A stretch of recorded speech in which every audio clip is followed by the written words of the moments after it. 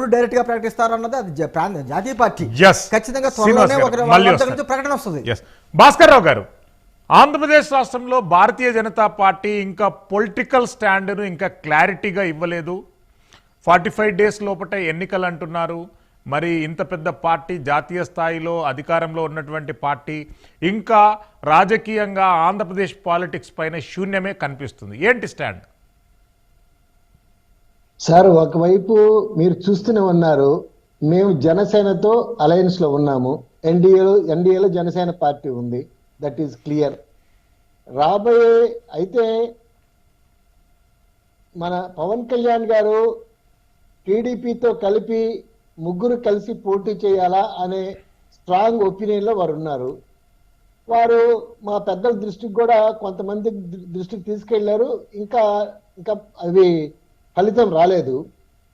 అయితే ఏది ఏమైనా కూడా ఈ రోజున పెద్దలు చెప్పినట్టుగా దేశంలో అవినీతి లేని పాలన 10 సంవత్సరాలు ప్రపంచంలోనే నెంబర్ 1 స్థాయికి భారతదేశాన్ని తీసుకుపోయేదానికి అడుగులు వేస్తున్న నరేంద్ర మోడీ గారు, అదేవిధంగా ఆంధ్ర రాష్ట్రం కొత్తగా ఏర్పడ్డ తర్వాత హౌసింగ్ ఏ రాష్ట్రానికి ఇవ్వనన్ని ఇళ్ళు 21 లక్షల ఇళ్ళు ఈ రాష్ట్రంలో ఇచ్చారు సార్.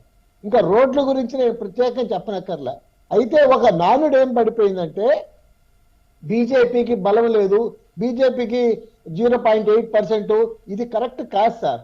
దయచేసి మీరు గమనించండి, 1998-99లో ఎవరు సహకారం లేకుండానే బీజేపీ 4 ఎంపీ సీట్లు 12 అసెంబ్లీ సీట్లు గెలుచుకుంది సార్. ఎట్ట గెలుచుకోగలిగింది? ఆ రోజు వాజ్పేయి గారు చేసిన మంచి పనులు. అదేవిధంగా ఈసారి కూడా మోడీ గారు మంచి పనులు చేశాడు, ఆంధ్ర రాష్ట్రాన్ని డెవలప్ చేశాడు, పోలవరం ప్రాజెక్ట్ ఇచ్చాడు, రైల్వేస్ ఇచ్చాడు. ఇవన్నీ ఇచ్చినప్పటికీ కూడా బీజేపీ మీద కావాలని బురద తల్లే దానికోసం కొంతమంది అనలిస్టుల పేరుతో, కొంతమంది పాలిటీషియన్ పేరుతో బీజేపీ ఎక్కడ బలపడిపోతుందనే ఉద్దేశంతో బీజేపీకి బలం లేదు అనే మాట మాట్లాడుతున్నారు. చాలా తప్పు.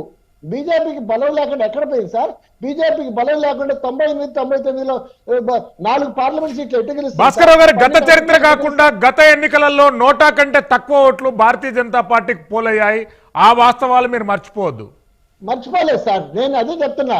పోయిన ఎలక్షన్స్ లో నేను కూడా పోటీ చేశాను సార్. 2019లో నాకు 19 ఓట్లు వచ్చినాయి. అంతకుముందు మున్సిపల్ చైర్మన్ పోటీ చేస్తే 7,850 ఓట్లు వచ్చినాయి.